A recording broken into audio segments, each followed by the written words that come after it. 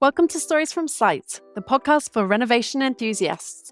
I'm Amy Donalik, and together with my co-host Jane Middlehurst, we chat with home renovators about the rollercoaster that is renovation. In this episode, we chat with Gemma, a furniture, interior and spatial designer who created her own family home on a budget. We discuss the joys of creating a practical home fit for family life and the art of using good design to elevate off-the-shelf items, as well as cost-effective solutions to create something special. Gemma shares her practical insights, tips, and plenty of inspiration about how to craft your ideal home, even on a modest budget.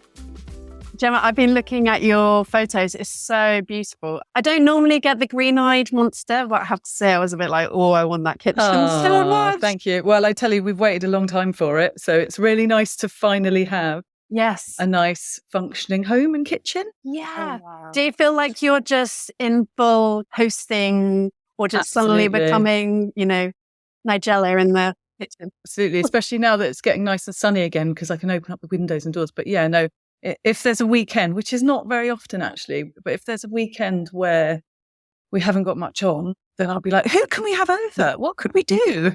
I'm really up for cooking. Yeah, absolutely. But we were kind of that way before we moved here. And then when we moved here, we've waited so long to do the kitchen that we got to the point that our old kitchen was so bad and it was so rotten because we didn't want to replace it or do anything, that the sink, like the tap was falling through the worktop. It got to a really bad place. So we'd stopped inviting people over. So it feels great now to finally go, yes, I'm an interior designer. Welcome to my home. Brilliant. I'm sorry, we kind of jumped straight in, but right. Do you want to give us a little kind of intro into, what the plan was for your renovation and where you started? Yeah, so it was quite an easy one for me, actually, because we bought this house in 2019 and I knew the road very well because we lived not far away. But we had friends here, and actually I had already been working on a couple of interiors on the next road, which are the same style of house. So they're Victorian terrace houses. So yeah, I had an idea of what could be done, what I could do with them all. And the view was that it was a great property because it's a great location, and I had a kind of handle on what the budget would be. So the vision was always to turn it into a 5-bed, 2-bathroom house with a large kitchen dining space. Yeah. And that would do us well for a good few years. I'd worked with an architect who does a lot of local work, but now I've done so many projects with her. She was obviously who I commissioned to do this place. Amazing. Yeah. So that was like a perfect, okay, actually, I'm sort of set up here. I kind of know what we need to do. But when we moved in, we didn't have the budget. We knew we didn't have the budget to do what we wanted. So we actually phased it. And although I say I had a vision of what I wanted to do, I kind of wanted to live here for a bit first, because it is interesting. You think immediately, oh, the light comes up here and goes down there and da-da-da. But different times of the year, it's completely different. And you realize which spaces are kind of starved of natural light, which spaces actually wouldn't work, how the link to the garden wouldn't work if we had done it a different way, all these kind of things. You sort of learn because you're there rather than just jumping in and going, okay, hand that over, this is what we're doing. So yeah, the budget was very small. And at the very beginning, when we moved in, we had quite a few surprises. So the bathroom, within a week, the shower stopped working. The sink started to fall away from the wall and the loo didn't flush without a bucket being tipped down. And this was our one bathroom, right? We were like, okay, so that bit of money we've got, we're going to have to just do this bathroom regardless. So that was our first project. And then the lounge downstairs, they'd taken the hallway out. So you just stepped into the lounge and it had a really strange sort of column in the middle of the room. It was really odd. We put the hallway back, but we did it slightly differently. So we made the hallway slightly wider and we put a very large, oversized pocket door in so that we could have the hallway feel open and the house feel open, but that we could then close off the downstairs completely when we needed to. Oh, I love that. Yeah, so that was a really nice detail. And that kind of got us thinking about the rest of the house. I mean, you say you just did the bathroom, but actually you did quite a few things in that first phase. Yeah, there were tweaks that I think we just felt we needed to do just to make it work for us immediately. Yeah. And then there were a few things like we sanded the floors down and, just made good, decorated it downstairs and just made it work for us for the time being. And it was lovely, bar the kitchen, which we didn't touch. We didn't even bother painting. And it was the most revolting, like green with weird blue mosaic tiles. It was disgusting. The cat flat was being held in with foam filler and was wedged slightly under a really odd radiator. It was all really odd, really, really odd. But we were like, well, we're not touching it because we just have to hope it lasts until we have the money to do the ground floor. How long was it before you did the second phase? So when we decided to phase it, we decided that the bedrooms actually were more urgent for us because, like I said, it was a 2.5 bedroom really. And we have 2 children and we have a son and a daughter, 4 years apart. There was only so long they could share a room for. I also work from home quite a lot. So I wanted to have an office. My partner works from home 1 day a week. He likes to have his own space as well. And so we decided that the loft was more important. It would also get us the second bathroom. At the end, this kind of tail end of COVID and lockdown, we did the loft and we did an L-shaped dormer. So we managed to get 2 double bedrooms and a really good sized shower room up there. Amazing. Yeah. And that again was working to a budget. I actually really love working to a budget.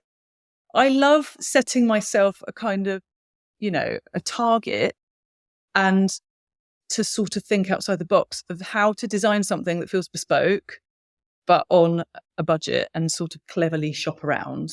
It's part of what I do and partly what I really love doing. That build was quite easy, really, because I think lofts, when you think about builds, they're probably one of the easiest ones to do. So that was quite easy. Did you use a loft company? We did. And actually, I was kind of shunned for doing such a thing and my builders weren't very happy. But it was because we'd waited so long to do it. We just wanted to do it. And I was really comfortable that I was going to design it anyway. And the architect that I work with a lot was very, very busy. So there was quite a way to get any help there. And she had actually suggested, you could just go to a company and, work out what you want. So actually I did because again, this neighborhood is pretty much everyone's done their loft around here. So it was quite easy to do my research. And I found a company that I felt were really good to work with because they were really keen to kind of let me run with it. So I just worked with their architect. So their architect drew up the plans. And then I was just like, well, what if we move this? What if we change that? I want this kind of window. Can we push this more this way? Design the staircase myself.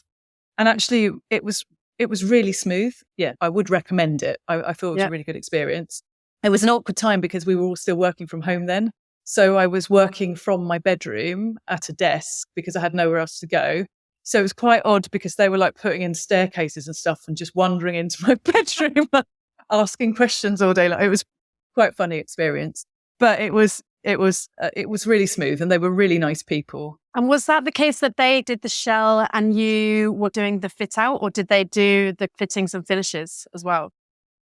I'm trying to think now. Yeah, no, I think they did everything. They even did the plywood staircase and balustrades for me.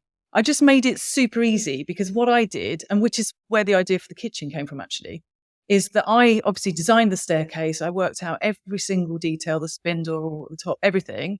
And then I sent it off to a plywood supplier company and got them to cut everything to size. And I basically labeled up everything and I did a diagram. Wow. And it was really easy to assemble. So they basically put it all together. I finished it. They didn't do the finishing, but they put it all together for me. In fact, I think they were really pleased. It was really different to what they were used to doing. So they were like, can we get some pictures of this? And I was like, yeah, absolutely. I feel like you did a whole IKEA package for them. Yeah, absolutely. That's exactly what I did. Exactly what I did. And obviously I was right next to them because I was in my bedroom working from my desk. Like, that doesn't go there. Absolutely. So I'd pop out every now and then and say, how are you getting on? Yeah, no, they did a really good job. And even little details like I designed the staircase and they were very much working with their staircase guy because those companies do, don't they? And so they were very much like, so you want a staircase, you want this kind of bull-nosed edge, you want to have these traditional balustrades. And I was like, no, I'd like a very square, clean staircase. I'd like to use plywood here. But they got on board and they just did it. So it was really, really good. So what was the time lag between that project and the next one? So that was a bit longer because we needed to pull together finances to Yeah. do the next one. So we started the extension at the very, very end, December 2022. And actually for that, it was very much, we jumped right in and I knew we had to. So we kind of just threw ourselves in a bit. And like I said, I knew what we could do. And I commissioned the same architect that I'd been working with a lot. Her name's Rosie. She's very lovely.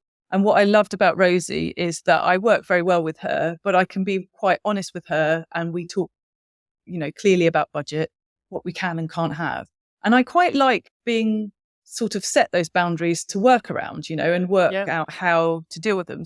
Also, the challenge was I wanted to make it a streamlined project, as streamlined as I could. So even thinking about architecturally, the windows and the doors, how to make the project run as smoothly as possible, happy to look at off-the-shelf products because it would save on cost, it would save on lead times, it wouldn't necessarily need a specialist to come and fit.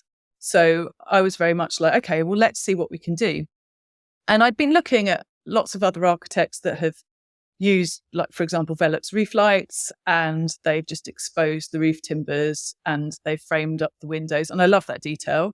And I think as well, when I set myself a brief for this house in general, it's a family home and it's quite an honest home. And I think I wanted it to be kind of fuss free. I don't want to be precious about it.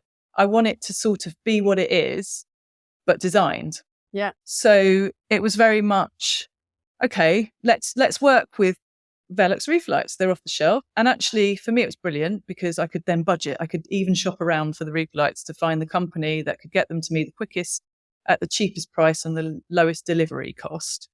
And we also then had options for them to open because the one experience of summers around, in the UK now is that they can get incredibly hot. So Velux was a great option because we could get roof lights that open. They're also solar powered, so we didn't need to wire them in. You can have blinds for them. We actually haven't needed to fit blinds, but we knew it was an option that you can get blinds for them. The other thing as well, I suppose, was, again, the run of glass is really, really lovely, but we live in a small terrace house in London. So you can see everything, right? So I can see into my neighbour's bedroom and bathroom, and she would be able to just see right down. It would be a little bit like, oh, good morning or whatever. It was that feeling of like, I don't really want to feel like we're completely on view all the time. I remember a client telling me that she absolutely loved her roof lights, but she hadn't considered the fact that her neighbour next door lived in a flat upstairs with a little balcony area, and he sat out there every morning smoking his cigarettes, basically. And so she'd be sitting at breakfast and he'd sometimes wave. And she would just be like, oh no, this is not how I wanted it to be. And I just think, again, from my experience, it always comes up that something that's a bit more bespoke, you get given a lead time, but then it rolls into another 2 weeks, another 4 weeks. They can't do anything because they're waiting on something. And I'm just like, that's not what we need. Can I ask you what you use for the doors? Yes. So the external doors, so there were the kind of non-negotiables in the design. And for me, I always wanted a window seat. Again, we're in a terrace house and it's a really important connection to the garden. So in the winter, you can sit there with your coffee and still enjoy the outside. But equally in the summer, I wanted to be able to connect to the garden through the window seat. So the window seat is a glazing system by Sunseeker, which is a turn and slide system. So it's not a bifold because I wasn't keen to have bifold. Bifold come with chunky frames, and obviously you can't open one side, you have to open them together. So the turn and slide system means that they're individual panes. They're in very, very slim frames. They're really lovely. And it means that when you open them, you can just open one pane, one side. So if you just wanted to open it for a bit of ventilation, you don't have to have the whole thing open. Or you can open both, so they both turn, and then you can slide them completely to one side. And then you've got a great big opening, which means you can sit inside and outside. And again, we don't have a huge garden. So it meant we can pull the dining table outside up to the window seat, pass things through the house. It works really well. So I felt for me, it was more important to have this window seat. And I do it a lot actually with projects. If I'm doing a small terrace, I quite often recommend a window seat. And people always love them. Nobody ever sort of comes back and says, oh, I wish I'd done doors instead. That's something that they use all the time. It's such an important point, because I think often people say they want this connection to the garden, but actually it doesn't have to be physical. It needs to be visual. And I think what's really nice about your design is that there's actually a swing door that's a normal size. There's a bit more extra height on it. Yeah. It's like a lot more usable, because I think sometimes with sliding doors, actually moving them in and out, especially on a day-to-day basis, they're pretty heavy things. Absolutely. But They're really heavy. Yeah, it's a really nice way to go about it. Yeah. So that, just to go back to that, is the only thing that was the more bespoke item, because obviously it's a window seat. And they are normally doors, but obviously I tweaked them to work as window seats. And then the other door is an aluminium frame door from a manufacturer called Origin, who are like a big manufacturer, but they're sold through lots of different glazing companies. So again, that was a big money saver for us, because I knew that I didn't want to spend a huge amount on the door. I had an idea on a door I really wanted, but the lead time was very, very long. And actually it was, I think, a Swedish company. Therefore, you were paying more to import it. It didn't actually make sense to do it just for a door. So in the end, I just found an easier off-the-shelf brand that has a slim frame. And I shopped around, basically. I managed to save 500 quid on the door, because I got quotes from a load of the glazing companies I use in London. And then I happened to just go to a few others that I knew supplied outside of London. And there was a company in Surrey, exactly the same door, but the delivery and installation costs, because they did install it, I saved £500 on it. If you really want to plan a budget build, then from the very, very, very beginning, you want to start your budget and just keep revisiting it, keep going back and measuring where you're at with it and what you could save on still. I think a lot of people don't realize that there's a difference between manufacturers and suppliers. So you can go to lots of different people and it looks like they're all doing different doors. But actually, if you actually ask them who makes them, it's the same door. And quite often it will have a slightly different name. But if you ask about it, you can then work out the one you want, like you said. And then you can start asking around for people who make that exact door. Yeah. So like I say, if you shop around and you budget and you work out your prices and lead times early on, then you know roughly how long, for example, the door's going to take. So you put it into your schedule. Even if you then carry on shopping around and find it somewhere else, you know at the point you need to order it in order for it to hit the time that you're going to need it on site. Yeah, you're like, I've done enough research now. We've got to just hunt for it. Yeah. Go for it. Absolutely. And how did it work with your architects? Did they see you up to planning and then you were working directly with the builder? Yes, exactly. Yeah. She was amazing, actually, because she knew what I wanted. So we agreed to design it together. So actually, even when she was putting together the planning package, I had already designed the interior with her. So she knew the layout. So she knew everything, where everything was going to go. And can I ask you, how did it feel being the client? Because I think as an interior designer, you're used to kind of wearing a different hat. And then suddenly you're also wearing the client hat. Yeah, that was, for me, probably the hardest part of the project. It was really interesting because I felt like this pressure to almost do what would be expected of me as an interior designer. Yeah. So I just felt this kind of, any of my clients or anybody who knows me will be expecting me to really go for it. But that's actually not who I am. And it was almost like, okay, I need to set myself a brief and really talk to myself the way I talk to my clients and understand what is it that I need? What is it that I want? Who am I? And also I had to include my partner in this. And that was quite tricky because actually having your partner as your client is, kind of the dynamic is quite different to that with a real client because obviously you're not quite as patient with them. And also because Danny is a creative himself. And he has very strong ideas about what he would like and what he wants. And I had to try not to kind of be too forceful in being the kind of know-it-all and but you can't do that. You can't do that. I had to, learn to sit down and go through it all and explain it all exactly the way I would with a client. But sometimes I'd be a bit short if he didn't understand. I'd be like, what don't you understand? But I think also it's quite difficult because I think with a client, you have your client meeting, you have a scheduled time, and actually they're completely focused on the thing that you're saying. And, I think it's really hard to make that happen with your partner. Absolutely. It happens at the end of the day, you're both tired. And I think it's quite hard. Absolutely. And to be fair, I think he let me run with most of it. I think it was really, for him, it was a visual thing and getting as much space as he possibly could. So he would have gone out, he would have pushed it even further if he'd been given the choice. But I think I managed to put across a good argument as to why having more space is not necessarily the right thing to do. And that the balance between the garden and the interior was really important, but that actually we had ample space. And I think now he totally believes it's the perfect size. It's a good size space. We had 14 people here for dinner at Christmas. It was amazing. Like, it was really lovely. It works really well. And then I think for me, I am not really all about making something, punchy and beautiful and bold and on trend and da-da-da. I'm not. That's not how I work. And my background is actually more about how a space flows for you. It's all about making living easier. So actually, for me, it was about what are the important things, what are the things that as a family is beneficial for us.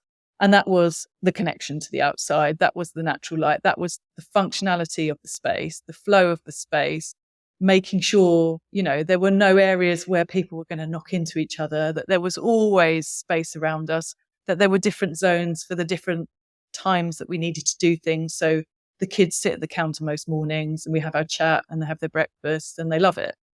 And then we all sit around the table later on that they can spill out because it's completely open plan downstairs at the moment. So then they spill out into the sort of living space.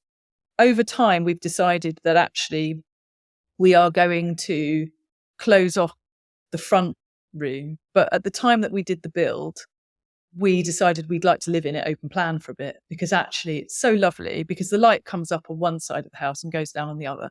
And the ground floor is always just full of natural daylight. So it's a lovely amazing. Space. It sounds amazing. I love that you've interrogated your family's needs, but also built in that flexibility for the future, because I think it's really important. Absolutely. Yeah. I think that's how I've always thought about, even where we used to live before, how we kind of grow and evolve in the space. It's always about, this is what we need now. This is what we're going to need in 3 to 5 years' time. Because people said to me, but do you not feel that you're going to outgrow that house because it's a small terrace and the kids getting older? And interestingly, I don't know is the answer, because I've always managed to make it evolve for us. And for me, size has not always been the most important thing. It's how you use those spaces.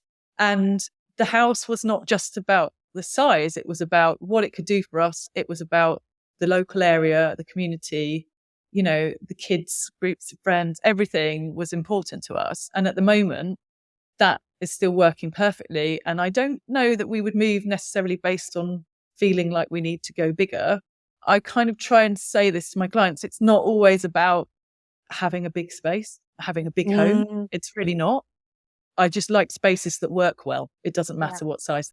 I love it. It resonates so massively with both of us because I think that we really love being clever about being mindful about design, but using your skills in working out the most efficient, cheapest, best way to do it just feels like such a, satisfying process.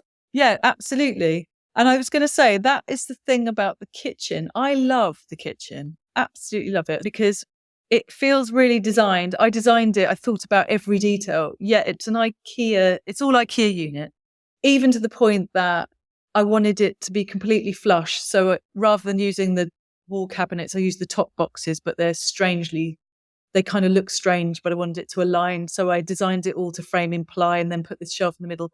So I basically designed a bespoke kitchen, but using, again, the off-the-shelf products that were available to me and just adapted them. And then we were really keen to do something interesting with the fronts. But by the time, like I said, we'd revisited our budget again and again, and the kitchen was the last thing to go in, we really had nothing left. And I was really disappointed because I was like, I don't want to just have like an off-the-shelf kitchen. And so we did the IKEA units, but we adapted them. We made them fit to the bespoke sizes I wanted them to fit. We made ourselves a little pantry one. And then the green fronts were IKEA Bodart fronts because literally had nothing left to go and get a bespoke front made. But I was happy choosing those because they're made out of recycled bottles. They've got a good kind of sustainability story. So I was like, well, okay, at least I'm making a choice.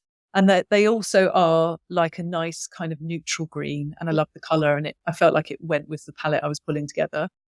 But we married them up with, again, the plywood fronts. But the plywood fronts, I did exactly what I did with my staircase. I basically measured up every single door, and I went to a local supplier. I phoned a local supplier because I couldn't get decent plywood anywhere. And I just happened to phone a local supplier, and he said, do you know what? We've just had a delivery this morning and there's some quite good ones in here. Do you want to come over? So I literally drove over there and picked out all the sheets I wanted. Wow, It was brilliant. so and they held them all for me. And then I sent them over all of my cuts and we worked them out. And I obviously positioned them also as using as little waste as possible. And so they cut everything for me and even delivered it for me. They just drove it over, no extra charge. They were just like, we're not far, we'll just drive it over. And I used all the waste pieces to do the reveals for the doors and the window seat. And then what was left, I did shelving in my office and desking in my office with. So I kind of tried to use everything that I could. I mean, there was a lot more work involved because the guys fitted it. In fact, actually, to be fair, there's a carpenter who's lovely and local that I work with a lot. He came over and did all the doors for me, just made sure everything fitted exactly as it was. So he fitted everything for me, but he just gave like a day of his time to do that. And then Danny and I had to finish all of the doors. So we were doing he did a bit of sanding for us, but we did all the finishing and varnishing, like oiling. So we did put a lot of our own time and energy into it. We found these amazing handles from Toniton, who are like a Scandi brand, in the perfect green that matched the Bodart. So it tied the whole thing together. And then we put the money into the worktop because for me that was really important because I love cooking and I wanted the worktop to work for me. And it all kind of came together to make what feels like a very bespoke kitchen and looks like a very bespoke kitchen, but on an absolute shoestring. I mean, luckily we have like the skills to kind of do it and people we know that could help us do it. But it was very much like, I just felt so pleased. I made it work. I got the palette I wanted, the look and the feel I wanted, and I did it on a really modest budget.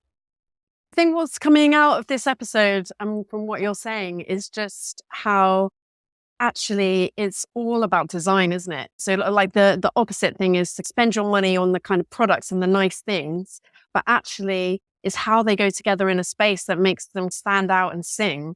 So actually you don't need to spend the money there. You need to spend the money on the people who can make that happen for you. Absolutely. And I think that's just coming through so strongly. Absolutely. I think that is the difference you get when you commission a designer or an architect to do your interior, is that I think, they're considering every detail, like every piece, and bringing it all together to create something special. And it's always unique to that person and to their space. And the way that I work, it's all about them. It's about, again, how they want to live. It's not about how I want to live. It's about the things that they like. It's being able to pull that together and being able to sort of see something and go, I know what I can do with that. Like, actually, you could do something really clever with that. I think you've sung the praises of designers and creatives out there. So I think it's a really helpful episode. I was just loving what you were saying about the materials. It really resonates. And I think everything's so expensive. Doors are so expensive. Roof lights are expensive. When you actually find out how much these things cost, if you can pay a designer to put a cheap Velux in that looks amazing because of how it's positioned and how it's detailed, then it's a lot cheaper that way. Yeah, there's more to it basically than just pretty things. Yeah, absolutely.